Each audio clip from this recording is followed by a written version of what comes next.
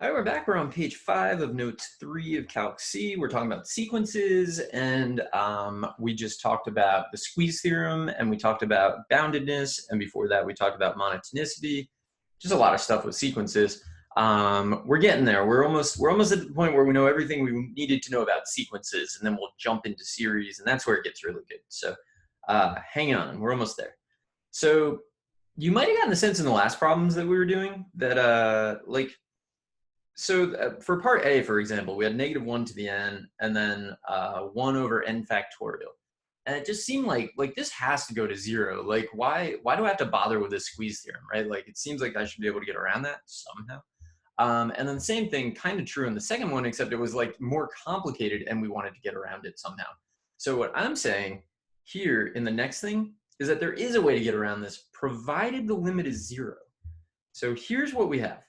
It's called the absolute value theorem for the convergence of sequences. For the sequence a sub n, if the limit as n approaches infinity of the absolute value of a sub n is equal to 0, then the limit as n approaches infinity of a sub n is 0. So as long as you get 0, this will work, which means that you're allowed to take the absolute value, and it's so much easier. Like, everything is easier when it doesn't alternate, basically, which is not 100% true, but it's sort of true. So it has to equal 0. A good example of why it needs to equal 0 and not something else is if we just look at like -1 to the n, right? So if that's the case, then the limit as n approaches infinity of the absolute value of -1 to the n is definitely just 1. But the sequence itself is going to go, like, say we start at 1, right? -1, 1, -1, 1. It does not converge. Does not converge. But if we do get 0, then we know that the sequence converges to 0. This is super helpful because it means it's almost like it basically just lets you skip the squeeze theorem in a lot of cases. So often, in fact, that most people, I think, don't really know how to use the squeeze theorem because the absolute value theorem will just kind of like save you. So here I'm going to look at the limit as n approaches infinity of the absolute value of -1 to the n, 1 over n factorial, which is just, it's exactly the same as finding the limit as n approaches infinity of 1 over n factorial, which is definitely 0. Therefore, converges to 0. So it can only tell you if it converges to 0. It can't tell you if it converges to any other number, which is like, I don't know, pluses and minuses, but still useful, still want to know it. Same deal here.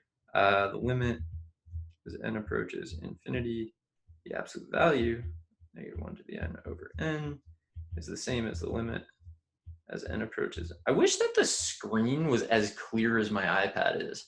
I feel like I might need to like seek out another way of recording these videos. I've been using Zoom, and I'm in a Zoom meeting with myself because it's like the easiest, fastest way to do this. But I don't think it gives the best quality.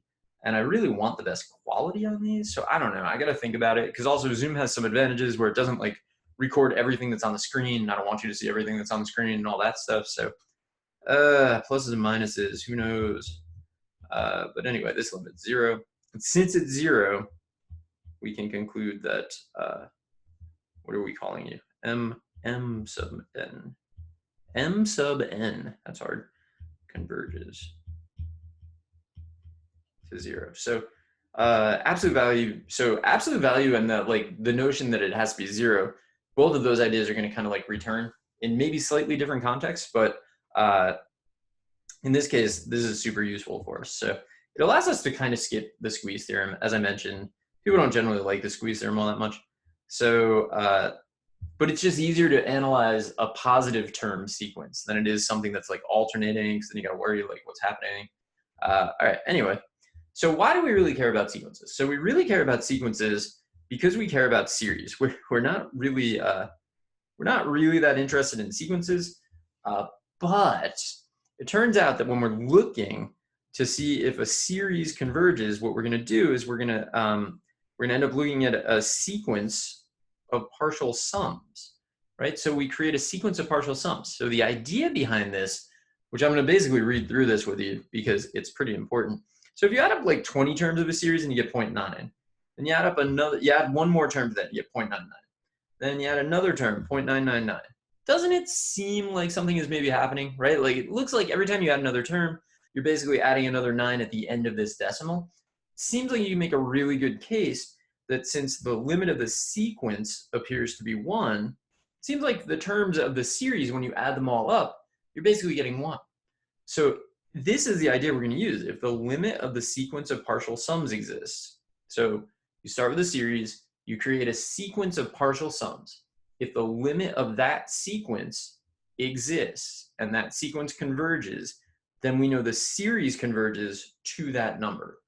It's like a, I don't know, it's a cycle. And so here's how it ends up working out. So you start with a series. No, you don't. You start with a sequence. Well, I hadn't even gone wrong yet. You start with a sequence. You add up all the terms, and that gives you a series, right? So you start with a sequence like 1, 2, 3, 4. That's a sequence. Add those up. 1 plus 2 plus 3 plus 4. Now you have a series. Now, once you have your series, you look at the partial sums. The partial sums are going to form a sequence again. And if that sequence converges, then so does the series.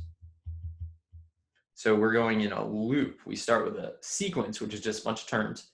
Then you create a series, which is the sum of the terms of the sequence. To decide if the series converges, we create a sequence of partial sums. We're adding up first just 1 term, then 2 terms, then 3 terms, then so on and so forth. If that converges, we say the series converges. So that's why we're really interested in this stuff. So it's going to go in kind of a circle. Honestly, you don't end up looking at the sequence of partial sums. We're going to learn a lot of ways to determine if a series converges or diverges. But this is the basic idea. This is how you start out thinking, like, does this thing converge? So anyway, that's it for these notes. I will be back in the next video. We will be starting notes 4, talking about series, some stuff you maybe already know from like an Algebra 2 type of class, or pre-calc maybe, and a lot of stuff that's going to be new. So I will see you then.